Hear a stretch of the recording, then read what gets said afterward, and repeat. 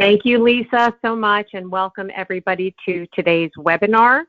I am delighted to welcome you to our fall Community of Practice webinar entitled Coaching Leaders in a Post-Heroic World, which is being presented by one of our friends and esteemed colleagues, our wonderful TLD group coach and consultant, Dr.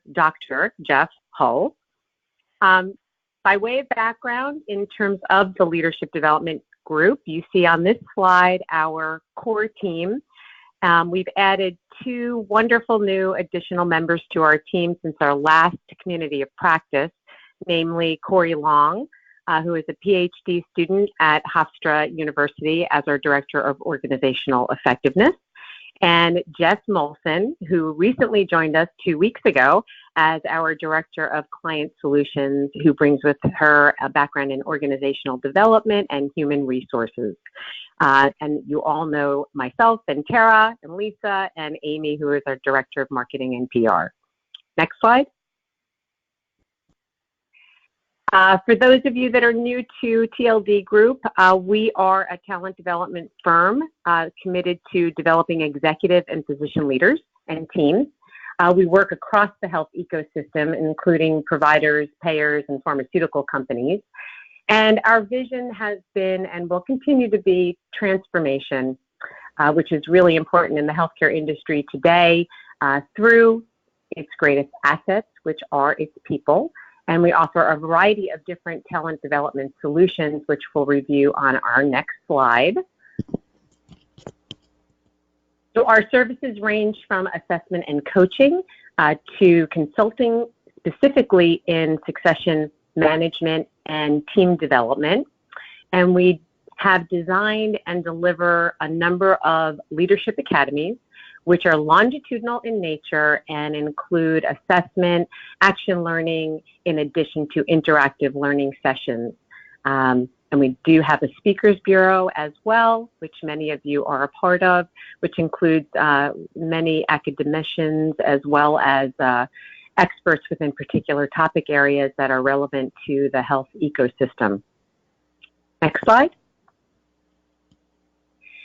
Thank you all for being a part of our growing community of practice, which consists of close to 400 executive and physician coaches, OD consultants, academics, and thought leaders who we partner with to serve our clients.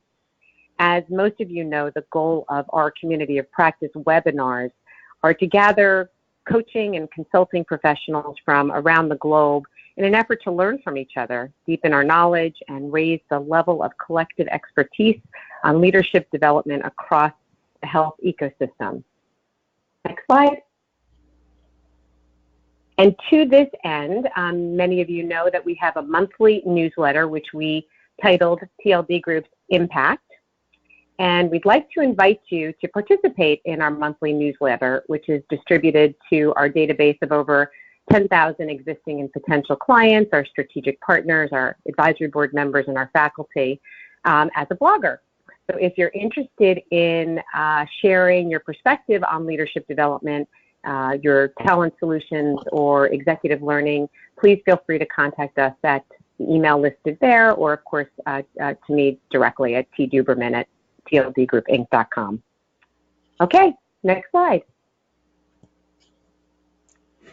Well, today's webinar gives me great pleasure to introduce you to our speaker today, which is Dr. Jeff Hull.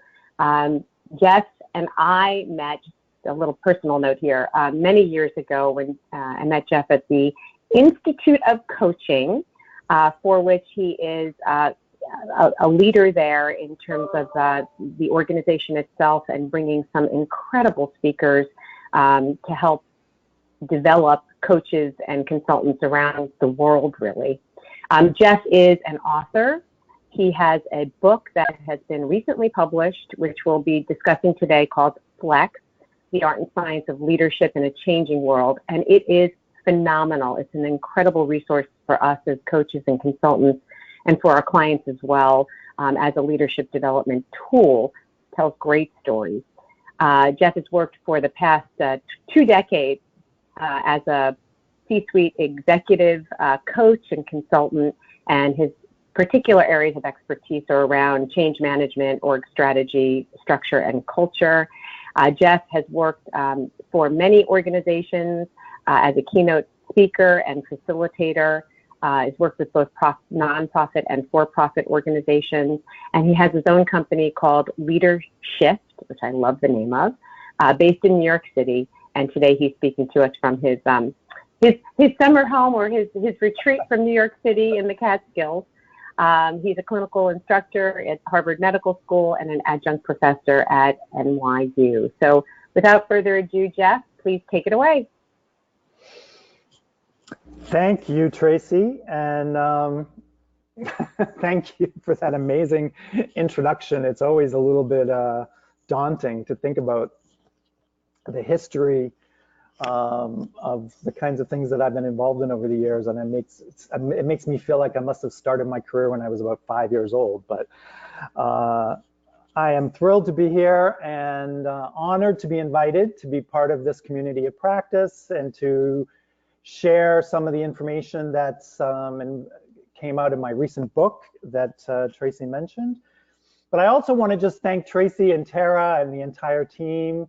I've had the privilege of working with the TLD group for the last, I don't know, Tracy, has it been 3 years, something like that? Maybe even longer. And, yeah, closer to 5, Jeff. 5 years, wow, okay. We're aging ourselves fast here. But it's always a pleasure. I've had an opportunity to grow as a coach, as a psychologist, getting involved with really interesting healthcare clients and pharmaceutical clients. And I am incredibly grateful to Tracy and her team for the work that they do. And it's a privilege to be part of that team. So let's see, what are we going to do today? I'm hoping for a conversation. And I told Tara, who's going to be moderating us kind of in the background, to interrupt me whenever possible. If somebody shoots in a good question through the question box or through the chat box, I want to share with you my some of the background that led to my writing this new book called Flex, The Art and Science of Leadership in a Changing World.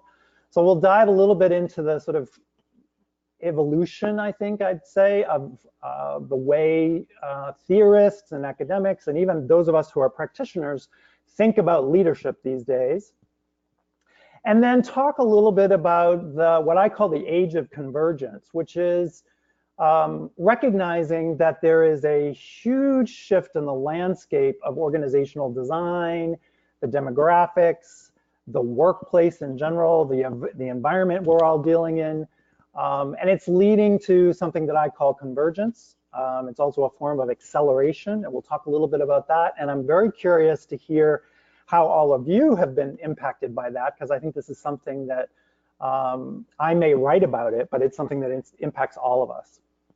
And then we'll talk a little bit about a coaching framework that I developed based on research that I did at the Institute of Coaching that Tracy mentioned, where we have access to probably 10,000 coaches.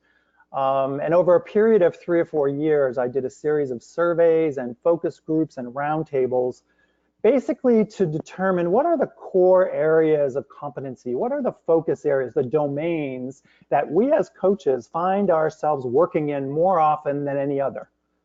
And from that, I developed what I call a strengths-based coaching framework, or a form of assessment that can be used to basically support you and your clients to take your work to another level of awareness. So, or take your client to another level of awareness. I mean, I think as coaches, and I feel like I'm probably talking mostly to coaches today, but even true for leaders as coaches. So if those of you that are joined that are in leadership roles, but view your role as including coaching, obviously one of the key things that we do is help our clients raise their self-awareness and build on their strengths.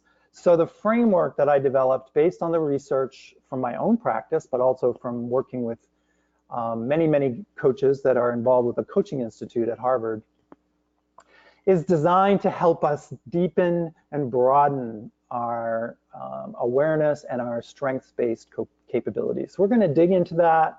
I hope to take a bunch of questions about it. And if, depending upon how much time we have, we will do a couple of case studies and we'll see where we end up.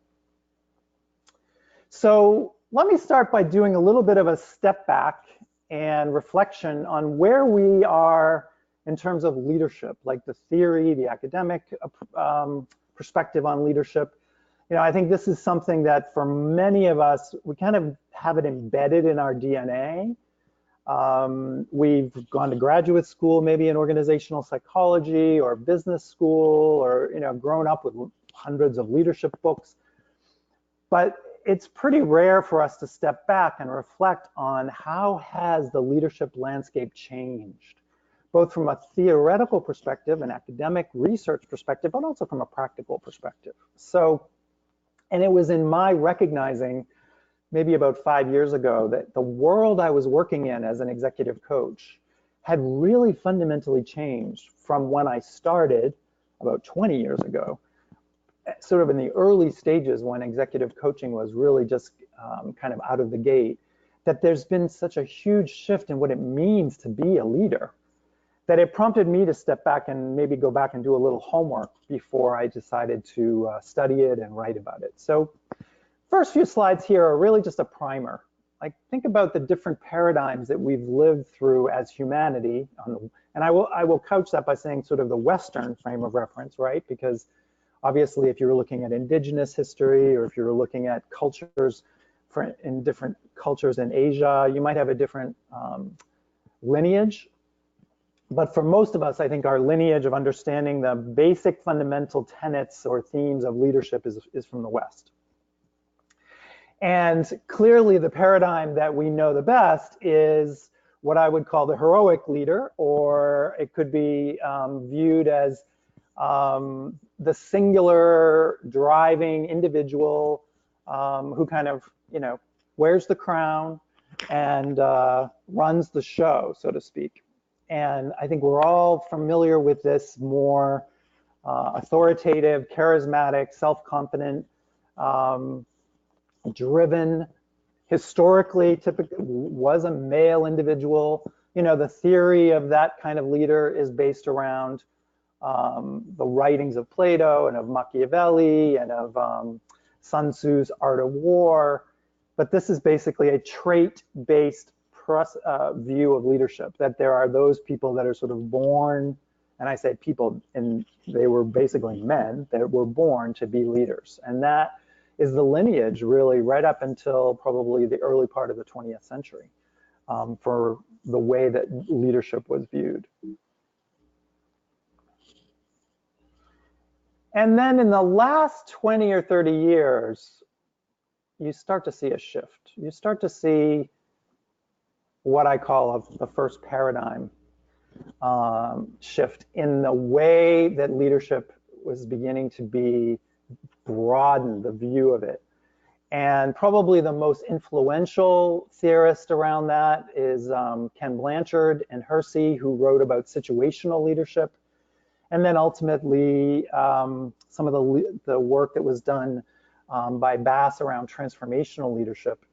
And we're very much still living with the legacy of this. A lot of folks ask me if my work currently is really another form of situational leadership, and I would say it's actually very much in that lineage. But the key tenet, I think, to keep in our minds as we think about situational or transformational leadership is that it's beginning to shift from a purely trait-based approach, where all you think about is the characteristics, the personality, the charisma of a particular, typically male individual, to someone who's more embedded in a system, where leadership is really being driven just as much or in a balance between the individual's characteristics and personality and the context in which they find themselves. They're still, though, driving and directing as leaders. And in fact, as you can see in this chart, the basic frame of situational leadership has one individual delegating, supporting, coaching, or directing, depending upon the situation. So you can see an evolution, because we're now moving away from a purely trait-based personality style to someone who leads by taking in the context, the situation, and just determining whether the behavior that's appropriate is to be more supportive, which would be delegating and supporting and coaching, or more directive. Whereas before it was pretty much 100% directive. So we see an evolution, but we also still have what I would call a primarily individually driven approach to leadership. And then more recently, we have these new themes emerging. Originally in studies that were done in academia, Mary Ulbien is a scientist, theoretician around leadership theory. I think she's currently at the University of Nebraska. But she started doing some really interesting work, and there are other researchers around what she called shared leadership.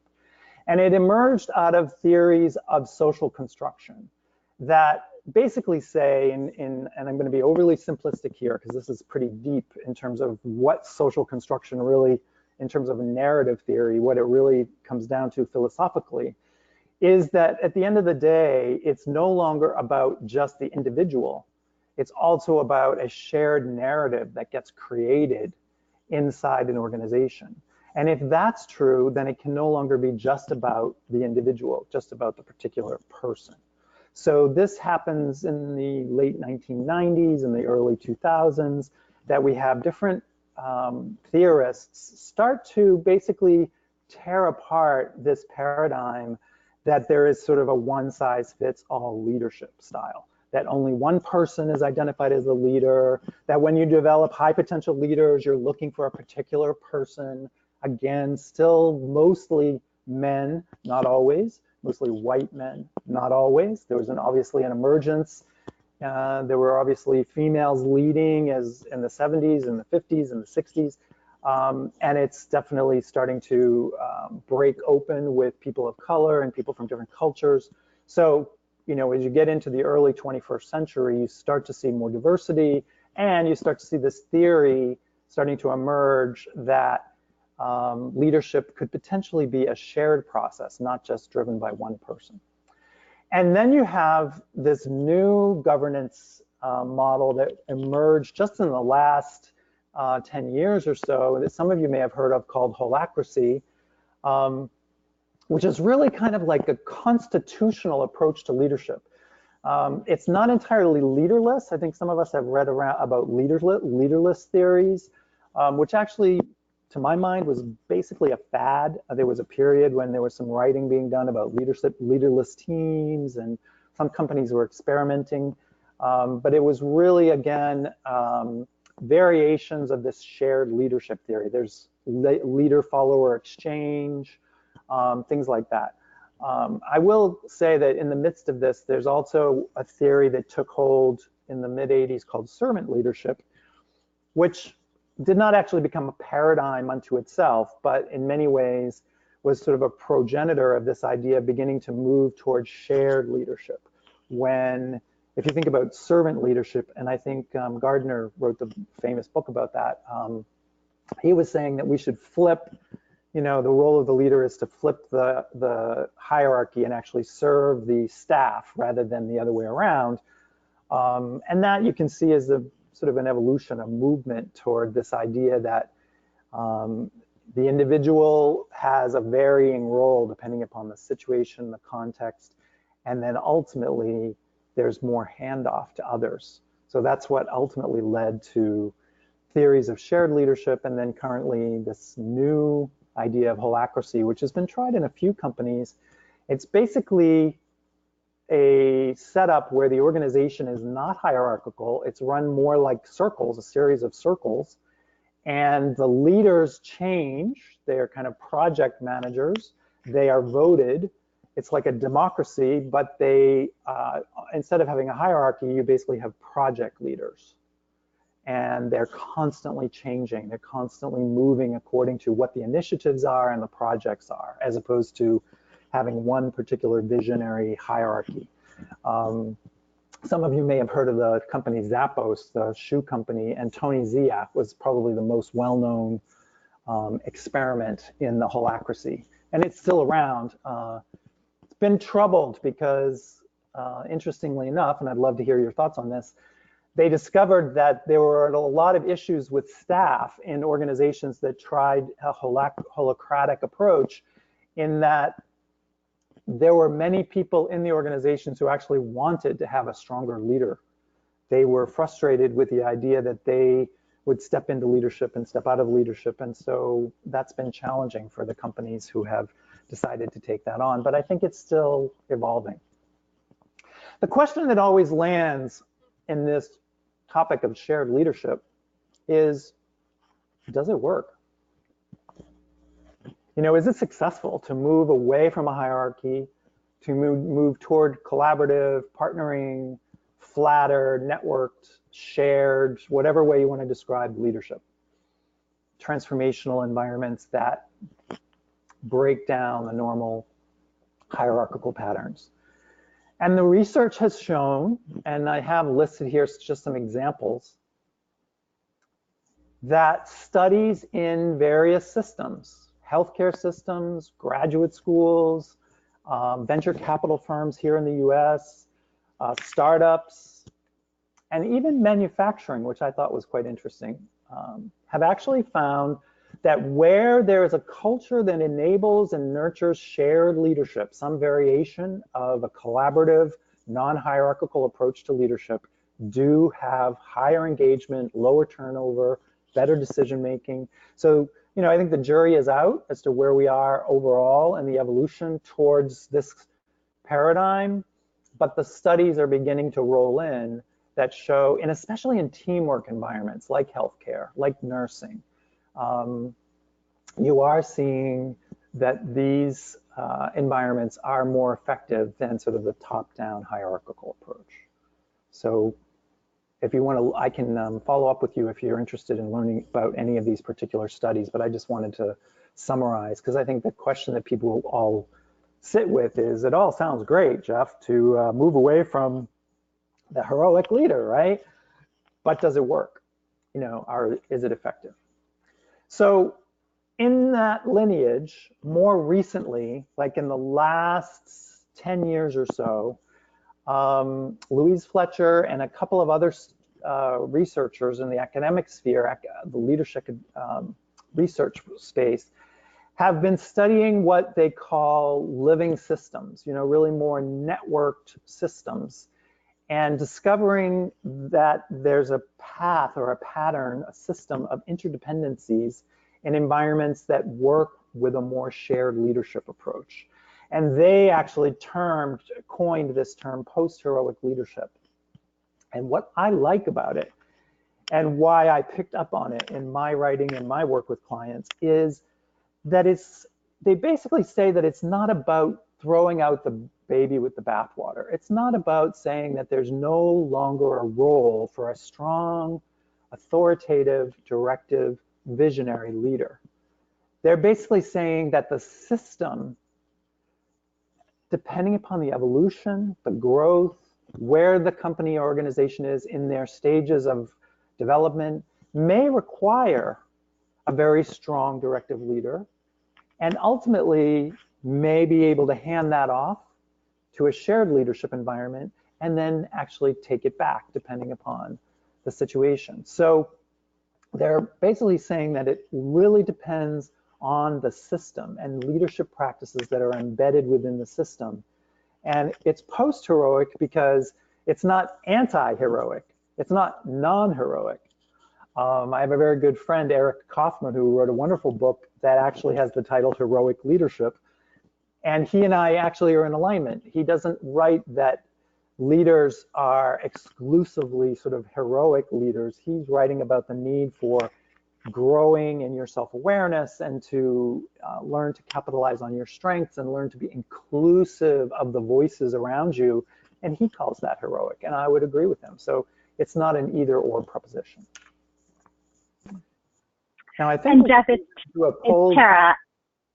Oh, Jeff, I just wanted to make a comment that one of our listeners said that the Dutch organization Bertzorg is a great example of successful self-organizing teams, and he did include a link. So I just wanted to say a couple minutes back that there are some really strong, positive, self-organizing team examples out there, and just wanted to share that.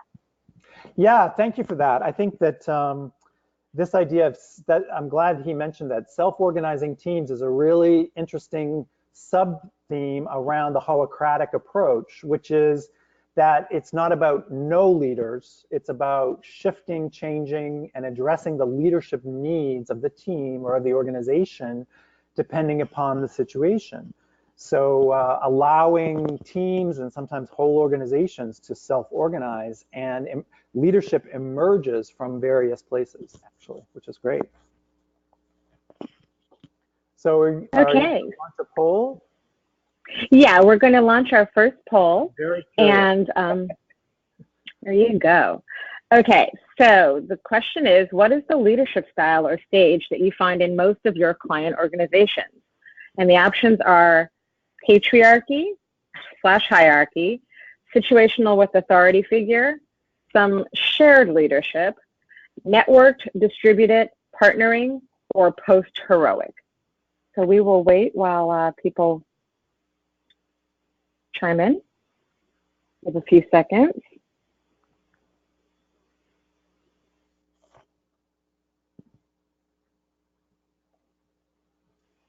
Okay, we're going to close the poll and publish the results. So it seems that the majority of people find that the leadership style that they find in their client organizations, 58% of them are saying situational with an authority figure, 26% say patriarchy/hierarchy, and 16% say some shared leadership. We have no respondees who said network, distributed, partnering, or post-heroic. Okay. Great. Thank you for that, Lisa. That's fascinating and not surprising. I think that it strikes me that this idea of a situational leader is part of the evolution away from just a trait-based leader. And it doesn't surprise me that there are very few organizations that we as coaches are finding ourselves working in that are truly post-heroic or truly a networked collaborative partners. I think there are probably subgroups within organizations that you see more of that. And, you know, one of the participants talked about self-organizing teams. You see that within the rubric of the organization, but for the most part, I think that's pretty accurate, that we're seeing that most organizations have moved from a purely hierarchical or patriarchal structure towards some shared leadership, situational leaders that are open and engaged in bringing in the voices of others to their leadership circle, but not entirely giving up the idea of having sort of a singular leader. And so that leads to, let's move on to the next slide. Lisa? Hi, Lisa. I don't have control of it. Sorry. Say, do I? I believe you do, yes. Oh, there it goes. Yeah, there you go. Okay, I guess it has to pop out from that. So, yeah, I mean, I'm curious, and if you have questions or thoughts about that poll, I'm really curious to see how that's evolving your coaching with the leaders you're working with, because as they become more situationally focused, as they become more partnering, collaborative, and less hierarchical, it obviously brings challenges, and it brings up anxieties. It brings up questions of, you know, what does it mean to be a leader, and then that folds into the next theme, which I call the age of convergence. Sort of, what are we dealing with in the landscape of leadership that's also impacting the challenge of being effective in the leadership role today, that is making it particularly difficult for sort of a singular, sort of the white knight heroic leader to come in and win the day, because that just is no longer going to hold water anymore with environments that are moving at the kind of speed that they are. So this is a quick list of what I consider to be the ways that things are kind of converging or accelerating and collapsing that have been impacting all of my clients. The idea that there's no longer a team in one location, for example, that we're working often in virtual space, that we're working in virtual time. So we're working kind of in 24-hour domain, that it becomes very difficult for a traditional hierarchical leader to control his or her team if they're all spread out and working in a variety of locations or the variety of geographies and countries and in multiple time zones. There's definitely been a blurring now between who do we view as the external part of our organization and what about the internal part of our organization. Some of the clients that I work with that are very large, like a Walmart, are actually recognizing that when they start to do their story, their marketing analytics around their customers, they're beginning to recognize that their customers are often, they have hundreds of thousands of employees. So their customers are their employees. So what is the journey of their employee and how does it connect to the journey of their customers? And so that there's a collapse. I have HR departments I work with that actually use the marketing journey to map to the employee journey, which creates an interesting lack of distinction anymore between the two. So, and then we just talked a little bit about the fact that many organizations are trying to practice being more matrixed, more partnering, more networked, and clearly the hierarchies are collapsing. And some of it is being driven by the next part, the next domain of divergence, which is diversity, right? So when Jeff, I have a question for you. Sure. I'm sorry for, yes. So the question is, please comment on the observation that the shift in focus from heroic leader to post-heroic really reflects shift from study of leader ascendancy, parentheses, assuming those who ascend must be good leaders, to leader effectiveness, which always has to consider the contributions and strengths of the team or group being led. Let's see, I'm sorry. This is relevant in coaching in that, sorry, I just have to scroll down a little bit. So we're talking about leader ascendancy versus, what was the other one? Yeah, I'm sorry, I'm having a hard time reading my screen here. Oh, I'm sorry. Okay. I know that the bottom part of the question got cut off. Let me just see if I can enlarge it here. That's all right. So give me a chance to have a sip of water. Okay, great. I am. I heard the first part, leader ascendancy. Yeah, and I know, and then it just kind of cuts off on my screen here. A leader ascendancy versus effectiveness. I'm not quite sure I understand the question. Leader ascendancy versus effectiveness. You have to help me there. Can you, okay. Yeah, I know, I'm sorry. I don't know if any of my colleagues who are on the line. Okay, this is relevant. Do you have it? I can now. Yes, thank you. Okay. I said this is relevant in coaching in that the typical leader has two tasks that should but don't always converge: ascending in their career and creating sustained effectiveness team performance. So please comment on the observation that the shift in focus from heroic leader to post-heroic really reflects shift from study of leader ascendancy to leader effectiveness. Ah, okay. Now, thank you for that question. Actually, it's really, sure.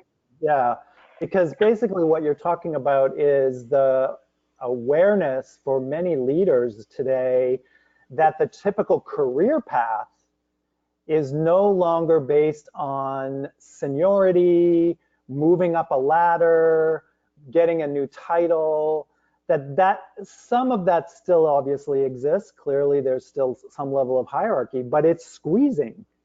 And that the definition of success is often more today around the effectiveness as a leader with a team and the results that you deliver as a team, and the developing of other people to take on greater leadership with you, to be more collaborative, to be in more partnership.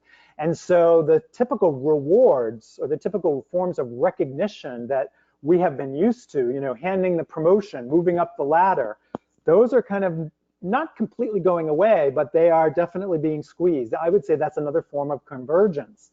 So the definition of success as a leader is evolving.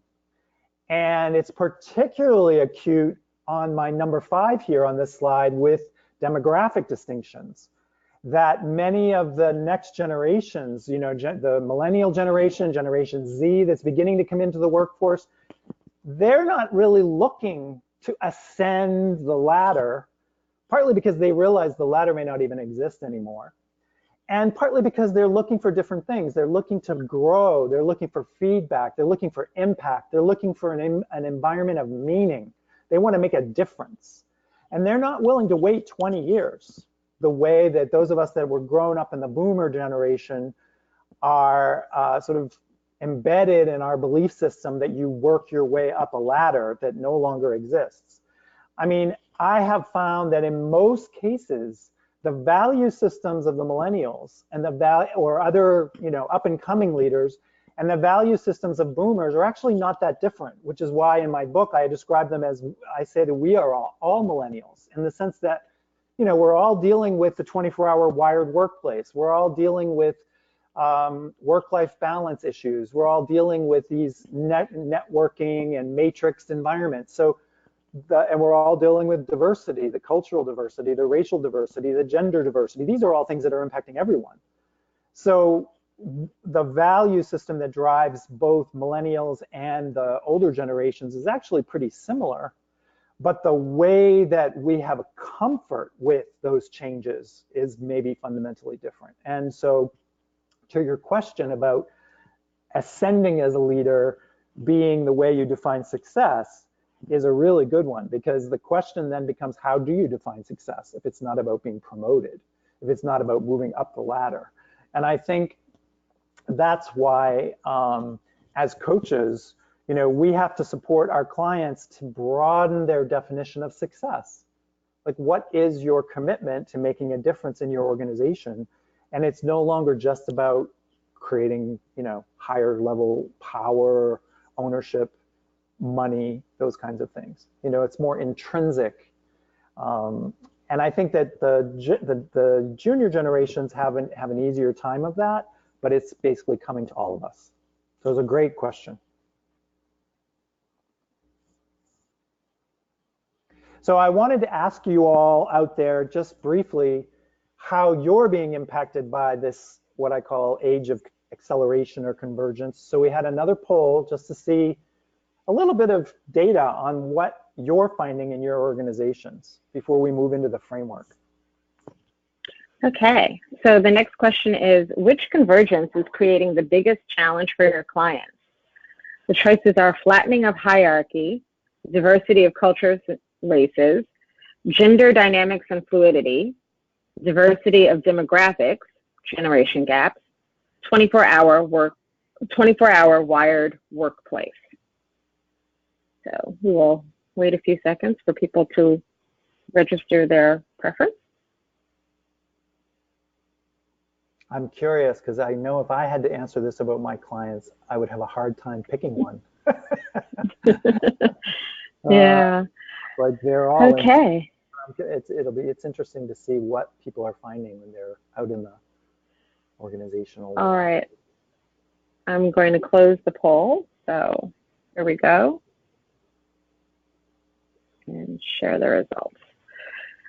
So it appears that the majority of the group are saying that the 24-hour wired workplace is the biggest challenge with 41%, followed by a flattening of hierarchy at 29%, then diversity of demographics, generation gaps at 24%, and 6% say diversity of cultures and races.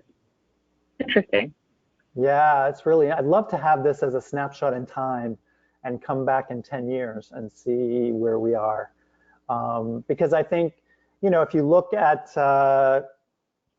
gender diversity and those kinds of issues, they're really within the last few years that the diversity of cultures and gender is really starting to emerge, and that may not be impacting as many of us that are working in large organizations, but clearly the 24-hour workplace, the fact that people are working in a variety of different locations, and the pressure to deliver results is more than ever. I think clearly those are the things that are going to be impacting all of us on a day-to-day basis. So I'm not entirely surprised by those results. So pop in anyone that has a question about that. I was curious to hear what you're seeing. I also find that it depends on the kind of environment you're working in. Like I've been working in some nonprofits recently that are much more committed to an inclusive, diverse environment. And so diversity, gender fluidity, those kinds of things are much higher on the radar screen of the leaders in those environments than they are, let's say, in the traditional healthcare space, like in the hospital system. So it's moving. But what does that all lead to for us as coaches with our post-heroic clients, right? I mean, this is sort of what I consider to be the summary point that led me to develop a framework that would help my clients hopefully relax, explore their strengths, and begin to think of themselves as moving beyond just sort of that traditional narrative of the individual boss, and begin to break apart some of that very strongly embedded beliefs around the way organizations are structured and the boxes and that kind of thing. So this is what led me to setting up a framework around what I call the alpha beta dimension. And the reason that I chose the phrase beta is because what I learned from studying the emergence of the beta software with Google when Gmail came out. Those of you that are familiar with Gmail, I think probably just about everybody is familiar with Gmail at this point. But when they first started putting Gmail out into the world, they actually engaged in allowing and supporting the public to work with the beta version of Gmail. And that was one of the very first times that a software company of the size of Google had actually experimented with engaging their customers with a beta version. And it was considered very risky at the time because beta is unfinished. Beta is not quite ready for prime time. Beta is something where they know they need to tweak it. They need feedback. They want to make it better. And then when it reaches alpha, they can then release it. Well, long story short, it actually became a huge success. And now, of course, they consider Gmail, and those of us using Gmail, to always be in beta. And so beta became kind of a metaphor for me for this idea of an iterative, experimental, ongoing feedback loop towards an alpha state that in a way you never quite reach. It's the ability to recognize that you're always in a learning, developing, growing energy. And it's in some ways in contrast to what we think of as sort of the alpha, whether it's the alpha male or the alpha state, which is really a focused, results-driven, sense of authoritativeness or authority. So I set it up so that my framework that we'll now dive into takes a look at this spectrum between what we consider to be the traditional authoritative alpha style leader, which, by the way, as I said before, is still absolutely appropriate at certain times, and the more fluid, reciprocal, partnered, open style that we're calling beta. So this is where it all emerged from. And the questions that come up when you begin to work with this framework, with this sense of contrast between an alpha approach or a beta approach to leadership when you're coaching, it starts to focus on these three areas. who are you as a leader? What is your identity? What is the story that you tell yourself about what it means to be a leader? I think for many of us these days, when everything is in flux, and there is, as you all have heard, the VUCA kind of environment, where there's a lot of disruption, the whole nature of being a leader is being disrupted. So it becomes important for the leaders we're working with to be able to step back and actually define for themselves, who am I as a leader? What does it mean? How much of it is about power? How much of it is about control? How much of it is about shared ownership? And so part of the exploration with creating a transformational space with your clients is that narrative. What does it mean to be a leader? And I personally use some of the positive psychology approaches, asking people to think about meaning, relationships, achievements, the elements of positive psychology, so that I can move them toward thinking about their strengths, and then ultimately move them towards thinking about being more agile, which gets towards the idea of what is a growth mindset. And some of you, in fact, most of you are probably familiar with Carol Dweck's work around those students that she studied that were the most successful were those that embedded in their environment a growth mindset, a willingness to sort of discard the idea that there's something broken, that your approach to who you are as a leader is fixed, but instead seeing yourself as fluid, as kind of always growing, as constantly developing patterns and then being able to throw them off. So these are the kinds of frames that I use with my clients when I dig into the sort of alpha beta approach. And taking the 6 domains, I said earlier that I did research at the Institute of Coaching with through focus groups, through surveys, through my own client work, to come up with sort of categories of focus that we drill in on with our clients in today's focused need for new levels of competency. And out of that came these 6 categories. And as you can see, it's sort of a cycle. They all kind of blend into each other. But there's basically 3 key themes. One is, and that is that they are incorporating a holistic approach. So they are cerebral or mental, they are emotional, and they are physical or somatic. So all of the person is involved in looking at the way they operate as a leader. It's no longer just from the neck up, and it's no longer just emotional intelligence. It's also sort of the tripartite approach to leadership that includes the somatic, the physical, the environment.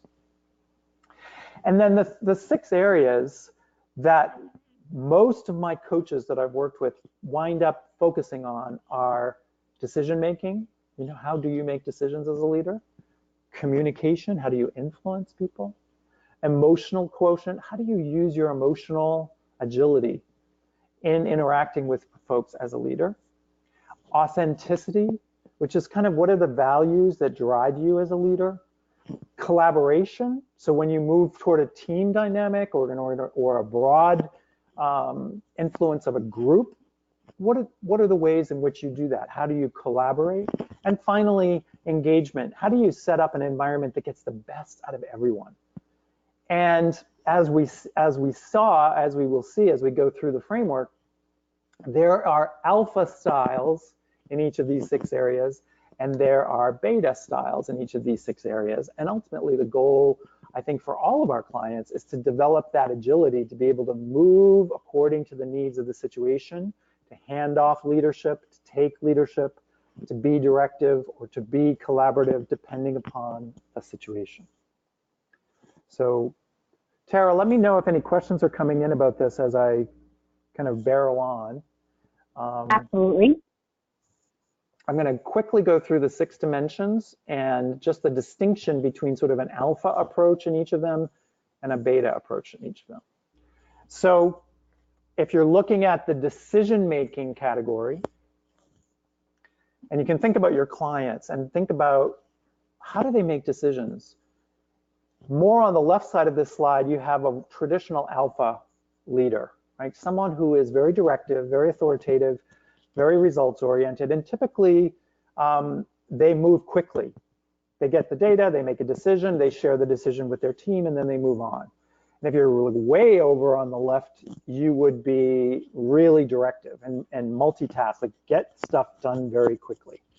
Way over on the other side of the spectrum, we've all probably interacted with someone who is much more thoughtful, inquisitive, and they might, I use the word focused, not to say that the authoritative leader is not focused, but they tend to be doing many things at once because they want to move quickly, whereas the beta style decision maker, they may take their time.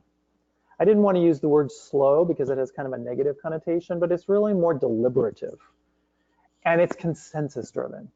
Like, let's bring everyone together, let's collect the data, and let's see if we can come to a joint decision.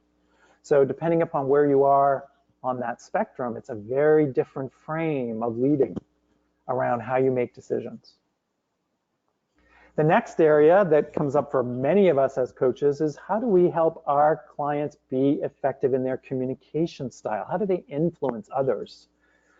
And as you might expect, on the alpha side of the equation, the more traditional approach to leading and communicating, you're going to stick with the facts. You're going to be analytical. You're going to develop a strategic plan that's going to have the results that you want to reach. So it's very data driven. The challenge with that for many traditional leaders in today's multi-dimensional, multicultural, virtual workforce is that it often falls flat. You know, I've had many of my clients who have team meetings and their staff come up after me afterwards and say things like, you know, Jeff, you know, she could have just sent that all out on a PowerPoint. We didn't really need to get together. By the time she gets through her PowerPoints, we're all asleep. And it's because it's not inspirational. It's not aspirational. There's no story. There's no purpose-driven approach. And so the other end of the spectrum is for the beta style communicator who can use metaphor and narrative and story to basically connect with his or her audience with emotions. And obviously you want to find a balance between the two. I had a client not too long ago who was a really great storyteller, incredible sense of humor, and they were able to inject jokes and they could inspire their team. The challenge was they weren't always taken seriously because they worked in a highly technical, research-driven environment. And they actually got feedback that, hey, you know what? You need to dot your I's and cross your T's sometimes. We love listening to your stories, but you also need to be serious. So it's not an either or. In the area of emotional intelligence, I think we're all working these days with the reality that leaders are aware from being, you know, through coaching or through leadership training or books they've read with Dan Goleman on emotional intelligence, that emotions are part of the equation in leading. But the way that leaders work with their emotions can vary greatly from the more alpha side of the equation, where they basically try to keep the emotions out of the dynamic as much as possible. They tend to be more reserved, stick with the data. They might be sort of a blank screen. And way on the other end of the equation, you have someone who's highly emotionally expressive, somebody who's highly empathic, somebody who's more instinctive or you know, doesn't necessarily work from data, they work from their intuition. Obviously, both can be successful, but having a sense of where is your default, and then what do you need to do to develop, to grow your emotional agility in one direction or the other, is basically at the core of this dimension. Jeff, I have a quick question for you. I think it's on the previous slide. And the question was, shouldn't the left side be tactical, not strategic? I mean, it could be tactical, but what I would say about this is that both alpha and beta style communicators can be strategic. But the strategic approach on a more alpha side, traditional, is what are we going to accomplish? So it's result, like the bottom line, the budget. The budget, it can be a big picture. And it could also include strategy. It could also include tactics. So I agree with the question that, but I wanted to avoid saying that the alpha leader communicates only about tactics, because that's not always true. They also can deliver a very strategic message. What's different is that the beta style leader will include the purpose, the why, the meaning, the aspiration, sort of the emotional content.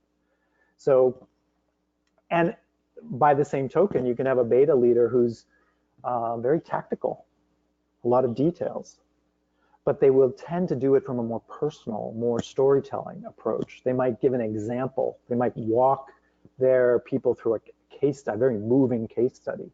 So both could actually be tactical. So it's not a either or proposition. Great question though. Makes sense, Tara? Yes. Great. Makes sense. So just quickly going through the last three, when you think about authenticity, which I call realness in the sense of, for the acronym FIERCE, but it's basically values-driven leadership. The traditional value approach to leaders, authoritative leaders, directive leaders, is to be competent, to be strong, to be self-contained, self-assured, right? But also a little bit closed. The definition of strength for someone who is trying to be authentic in this domain is going to be a little bit more contained. They're going to hold back.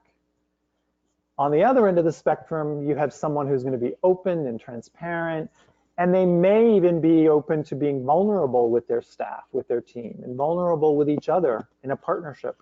They may share leadership and share their foibles. They may be willing to acknowledge failure. And they are more apt to understand the value of humility. Not that an alpha leader can't be humble at times, but that's not their default. Their default would be to be self-assured and come across as confident and kind of knowing what needs to be done. And you can see where there's value to both. It's not an either or proposition. I often get the question, what is the distinction between sort of the emotional dimension and the authenticity dimension? And I would just say they bleed into each other. Some of these categories are somewhat artificial, but the distinction from my mind is that the emotional dimension is about expressing your feelings, whereas the authenticity dimension is about values. It's more cerebral. What is your core sense of value? Jeff, I have another question for you. Sure. Is the difference between alpha and beta leadership one of evolution and self-awareness, or one of individual personality, enduring tendencies? Love that question. Yeah, great. Yay! Was there a part two? Yes. So then the follow-up is, do people move from alpha to beta, or are they simply located on those dimensions based on their personality? How much change is possible in some cases? In other words, is agility also a factor of personality, or is it a skill to be learned? I mean, I think that gets to the core of why we have coaching, right? I mean, if I didn't believe that people could develop, expand, and add to their repertoire of responses to the world as leaders, I wouldn't be a coach. So I absolutely believe that it's not ingrained, that it's not a personality trait. Some of it is developmental, some of it is environmental. But the neuroscience is now really showing us in detail that the brain is plastic. There's a level of neuroplasticity that lasts our whole life. So we can grow. We do get into habits. We do have very deeply ingrained approaches that we build up over a period of time, but they're absolutely subject to change. So I think that there's no such thing as sort of the alpha personality or the beta personality. And I think that's the good news. I mean, that is kind of the purpose behind the opportunity to be coached and to grow. If you open yourself as a leader to an engagement with a coach or with a partner in a peer coaching situation, where you can reflect on what is your natural style and what do you do well, and then how do you expand from that. Yeah. Thanks, Jeff. Great question. So the last two are, how does the leader collaborate with a group? And this starts to get beyond just communicating in your, the communication style, but the way you actually interact with your team in terms of getting the group to operate effectively in a collaborative sense. And a more traditional alpha style approach is obviously that what we're all familiar with, which is a relatively controlling, delegating, and advising. It's like you are deciding with your team perhaps what needs to happen, and then delegating, giving people responsibility, giving people advice. And it can be very supportive, but there's a certain amount of power over others that you retain as the alpha leader. And in many cases, people appreciate that. Like it's not like we want to throw that out. We want people at certain times to be delegated to get advisement, to have an advisor. People ask me where I put mentoring on this framework, and mentoring, I think, is sort of somewhere in between advising and coaching, but probably a little bit more toward advising, because when you're mentoring, you're passing on your wisdom, so you're retaining your power position. Whereas if you move all the way over to a purely beta engagement as a collaborator, it's going to be much more of a shared conversation. The goal is to empower others to develop their own decisions. It's intrinsically supporting the team or the individuals that you're coaching to come up with their own approaches, to be inquisitive, to explore, to investigate, and to see where do they want to go? Where does my coachee want to go? So a coaching approach, as we all know from coaches, is much more about not giving the individual, your subordinate or your coachee or your team, the answer. You're engaging in a way that supports them to find their own path. And then finally, if you broaden this idea of collaboration even further toward what does it take to create a level of engagement with my team? This is something that many of us are coaching leaders on. How do I get my people engaged? Well, one of the things you have to reflect on as a leader is whether or not you're focused on developing an alpha style environment with your team or a beta style environment. And again, both can be very valuable, but they don't tend to bleed into each other very easily. So for example, if you are trying to get stuff done, and it's in a sense more direct, like project management, then you need discipline, you need structure, you need to focus on productivity, you have deadlines, and it tends to be very highly energized, like you're moving quickly toward a deadline, and that can work really well. But if in the midst of that, you want your team to be creative, you want your team to come up with innovative ideas, you want your team to break out of old paradigms and try new things, well, that's not really likely to happen, right? Because you've already set it up as a very structured, goal-oriented, results-driven context. So engagement, in my mind, and I wrote about this in the book, is all about energy. It's about the energy you as a leader create, and it's about the energy you create around you, the environment that you create. And if your goal is to have innovation, your goal is to unleash the creativity of the other people that you work with, then you may need to step back and be more what I would call beta, which is fluid and flexible around the energy of the environment, allowing people to work the way they feel comfortable, which means maybe working like at night or working on the weekends or working at home or going for walks in the woods or whatever it takes for people to have a sense of creativity. And that requires a lot of flexibility. It requires a trust and an empowerment. But at the end of the day, if that leadership style, if you develop that, you can move kind of back and forth between the different styles, then you could potentially get a highly engaged, highly creative, highly innovative result out of your people. So that's engagement. And I think we had one more quick poll, right, Lisa? Just watching the time. Yes, we do. And hold on one second. Okay. So the last poll is, what domain in the FIRCE model do you find is most challenging for your clients? The choices are decision-making, communication style, emotional agility, authenticity, or collaboration engagement? We had to combine the last two because GoToWebinar only allows me 5. Yeah. Can't give too many choices. Yeah, they do kind of blend together. So. Okay. Curious to see what. We'll wait a few seconds. Okay, I'm going to close the poll and share. All right. It appears that the communication style and collaboration/engagement are both coming in at 26%, but the main challenge is emotional agility at 32%. Interesting. And then authenticity has 11%.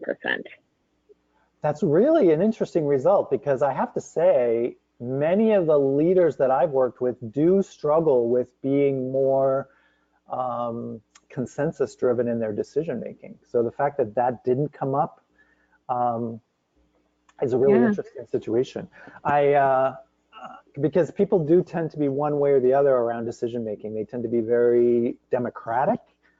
And as you can see, I just put up a slide of a case study I'll share briefly with you of someone who did struggle with becoming more authoritative and recognizing that sometimes her team really wanted her to be able to make a decision, whereas she was very consensus driven. I'm not surprised that the results came back with emotional agility as one of the highest areas that we work in. I think many of my clients, they're really struggling with what is a proper approach to bringing emotional content or emotional context into the space. I was just with a team yesterday at a bank working with their leadership team, and I went through the 6 dimensions. And long story short, the question came up from one of their HR leaders: what about the fact that we sometimes feel reticent to tell people how we really feel in a public setting? Like, how do we create the psychological safety to talk about when somebody's been feeling judged, or that they don't feel like they can speak up because somebody else is being very directive or very, I wouldn't say too strong, but they're taking up a lot of space. And I could feel that this whole topic of the emotions in the space was really challenging for them. And we kind of moved into a conversation around, as a leader, how comfortable are you sharing your feelings? How comfortable are you being vulnerable? How comfortable are you actually focusing on developing a sense of safety with your team? And so it doesn't surprise me that that came up. And then the other area that came up in the poll pretty high was engagement and collaboration. And that also doesn't surprise me, because I find that as we do have more team-oriented clients, right, where the goal is to incorporate the multitude of voices and to make people feel like they belong and create a sense of inclusion, that requires leaders to be able to be more coaching focused, to be able to empower others. And those are skills. I know, working with you folks, Tracy and Tara, that we do a lot of work with physicians. We do a lot of work in the healthcare space. And this is a really kind of new and scary territory for a lot of these leaders in the healthcare space, to think about being more team-oriented, to think about coaching, to think about creating conversations where they really invite people to participate. Because historically, of course, there's been a pretty stringent hierarchy. And it's a paradox, because like I was just working with surgeons, and clearly, as they said to me, it's great that you want us all to become beta coaches, Jeff, but when we're in the operating room, we still need to be alpha. We're still saving lives, and we still need to be in charge. And I said, it's not if you're going to operate on me, I hope you'll be totally alpha that day, like, please. So it's not about being one or the other, but about being able to switch hats and having that sort of multiple choice to recognize that, yeah, in the operating room, you may want to be in charge so that things happen according to, safety and quickly, and you get good results and people survive and are healed. But Then you walk down the hall after you've been in the operating room and you have a team meeting. And the residents are there and the nurses are there and other people are there, and you want to take that hat off and be empowering and be inclusive and be collaborative. And that's challenging to be able to do that, like all in one day. I call that hyper agility. Yeah, Jeff, I have a comment and a question. So in response to what you just said, I did get a chat message that said, but no surgeon is alone in the OR. So just, I wanted to put that in. And then the question is, separate participant, the question of, is there a relationship between your alpha beta taxonomy and Cook-Greuter's differentiation and her vertical adult development model between conventional and post-conventional stages of meaning making?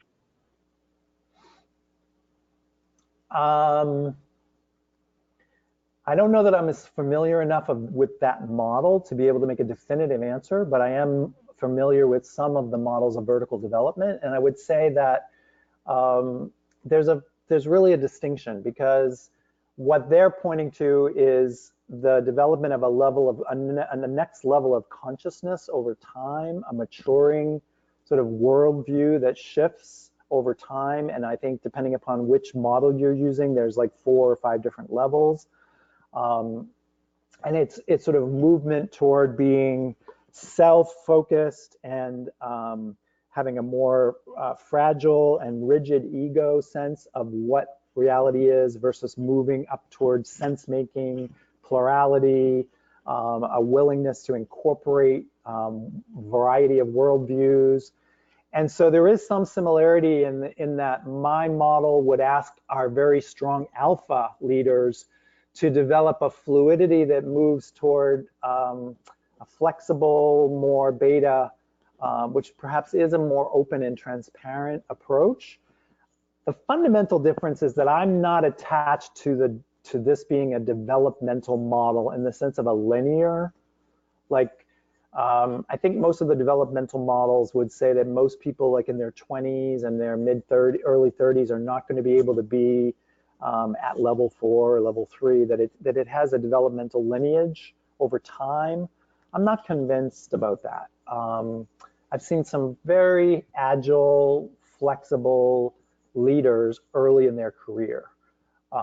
So, you know, I think there's some interesting contrasts and definitely some connection between the two things in terms of developing a broader sense of consciousness and awareness of incorporating different ways of seeing the world. But my model is not linear in terms of, it's not a developmental model in that same sense. Mm-hmm. Thank you. Great question. And I'm not enough of an expert on the vertical development models to comment beyond that. But so I wanted to just give a couple of examples of how this self-reflection can be useful in a coaching dynamic. So, you know, this case study with a woman I'm calling Cynthia, was a R&D vice president who did this assessment and kind of put herself in these particular sides of the spectrum. And the arrows are those things that she decided she wanted to actually help move in coaching.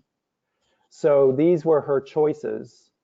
And, you know, you can see that for the most part, she's pretty strongly beta in her approach to her leadership style. She's comfortable with being transparent. She's inquisitive. You can see she's consensus oriented.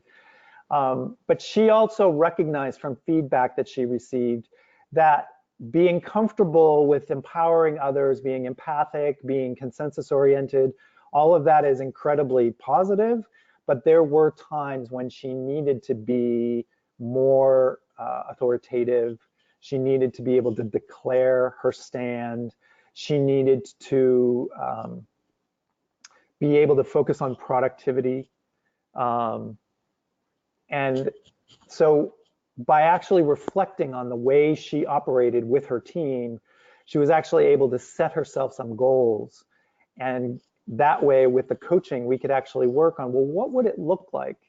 So you're naturally interdependent, you're naturally coaching people, but how do you become more authoritative in some situations? How do you become more of an advisor and actually, in some ways, actually dictate at times?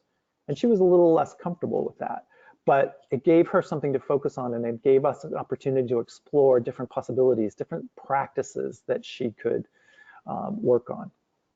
So this is an example of how someone placed themselves and then decided what they wanted to develop in terms of their agility.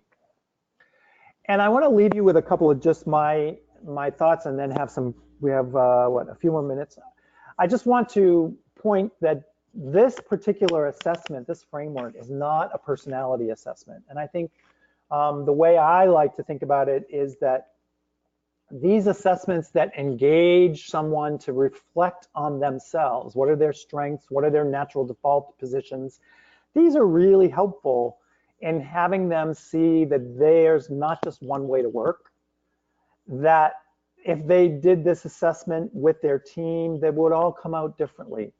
And that can create a conversation. It can also create a ripple effect. Like, who are we as a team? Where do sometimes we fall on the spectrum?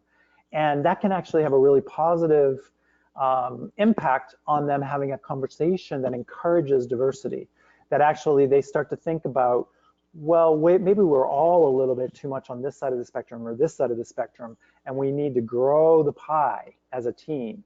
So I think that having a framework for team coaching or individual coaching can be really useful in terms of raising the level of awareness and raising the level of dialogue, that people reflect on themselves in these different domains. And I think that these kinds of tools can be very fraught with risk. So I just want to kind of put that out there, that there was already a question about whether or not your personality is getting engaged in this, like you're an alpha personality or a beta personality. And I'm very cautious about that. I'm very, I have, some concerns about some of the assessments that are more personality driven, that tend to tell people that they fit in this box or that box. And, unfortunately, they can actually become a way of preventing people from growing. I've had people say to me, we want to make sure we don't hire any more ISTJs. We can't have any more of those people. And it's like, wow, so an assessment is becoming a label. So I'm a little concerned about assessments being used in a way that actually shuts down the conversation rather than expands it. And that's why I love the EQI 2.0, which is a developmental assessment. I love the Hogan assessment. I love all the assessments that are expansive, that basically say that this is where you are today. This is sort of what's showing up as a default strength or default position on the spectrum of emotional intelligence, or from alpha to beta. And it's not where you live, it's where you are right now, and it's where you can grow from. So I say that because I think it's important as coaches that we'll be cautious about our use of tools and assessments. And I don't want anyone to think that my sort of framework is definitive, like this is the only way that people show up, because it's really not accurate. And then I'll just leave you with a question to think about, whether or not the same approach is true of coaches, right? So who are you in terms of your flexibility and agility as a coach? And that's a whole webinar. But I think it's a good place for us to maybe stop, and I can take some questions. We have a few more minutes. Are you flexible in your approach to coaching? Are you more beta, alpha? Are you narrative driven? Are you data driven? Are you expressive? Do you hold back your feelings as a coach? How transparent are you? What's your definition of being a partner and a collaborative coach? What's the way you engage? So again, I'm not giving you a recipe, but just something as coaches, I think we also want to reflect ourselves on these domains. And with that, Tara, I will turn it back to you and see if anybody has any questions or comments. Love to hear. Okay, great. All right. So another comment, alpha and beta seems to also represent a little of the gender differences in social behavior, and many are reaching the consensus that women are perhaps more naturally suited for post-heroic beta leadership. The case study looks like she feels need to become more traditional alpha. And then goes on to say, modern personality is not type-focused, but dimension-focused, including personality neuroscience. And then just said, you know, being a little provocative, but a point that the individual wanted to make. Yeah, I'm not sure I quite get the last part, but the first part, I think that there's two interesting components to that comment, which is that on the one hand, it's probably not provable that women tend to be more beta in their style. I mean, that was one particular case that I shared. I have multiple cases that I could share of very alpha-oriented females. So don't take one particular example as anything indicative of a type. But I do think that as more women enter into leadership roles, the good news is that they no longer believe or feel that they have to lead according to the traditional sort of autocratic approach. And I think that's true for everyone. Like I have men that I work with who are just relieved that they can be more beta, that they don't want to be a driving authoritative leader. They want to have that capability at the right moment, at the right situation, but it's not their natural style. So I think the good news is that we're moving toward a leadership landscape that actually engages and encourages people to find their ground. What is their voice? What are they comfortable with? And it's not really, to my mind, a gender thing. I think it's more developing a flexibility in general. Yeah. And another question, Jeff, for you. With your approach, how do you measure progress?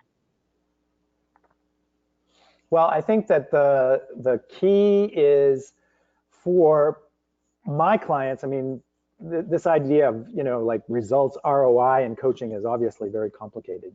And it's difficult, as we all know, to measure the results. But what I always look for is for my client, you know, 3 months or 6 months or 12 months later, to look back on where they were at the outset in terms of how they saw themselves and how they operated, and whether they were in a particular position on the spectrum, and how they can describe, they have a narrative and they have examples, actual real specific behavioral examples of how they've changed, of how they've evolved, of how they do things differently. And I think the best result of all is when someone says to you, wow, I mean, I never knew that I could be able to do that with my team, that I could operate differently, or that I could engage with my subordinates in a whole different way. And it's really engaged the team in a very different way. And to actually have that data come back to you as a coach, I mean, that's the best result. Great. Well, I have one final comment, which I couldn't agree with more, and that is thank you, and I'm reading this, thank you for this enlightening presentation, so much value. Wow, I agree. I totally agree. It's a fun conversation. I think that you know, those of us that are doing coaching in the healthcare space and working with teams in pharmaceuticals and hospitals, and I mean, we're just seeing the landscape shifting. And at the end of the day, my goal in writing this book and in developing this framework was to give people permission to open their eyes and their possibilities, that there's a whole range of ways to be effective as a leader. You do not have a one-size-fits-all approach anymore. That's my passion. Fantastic. Jeff, thank you so much. It was amazing, as always, and really appreciate you taking the time to spend with all of us today, and we are all the more wiser as a result of it. So thank you. Really Well, appreciate thank it. you for inviting me. It's always fun, and it's always a joy to work with both you and Tracy and the whole team, Lisa and Corey and the new folks. So happy to be part of it. It's always rewarding. Great. Thanks, Jeff, and thanks everybody for joining us.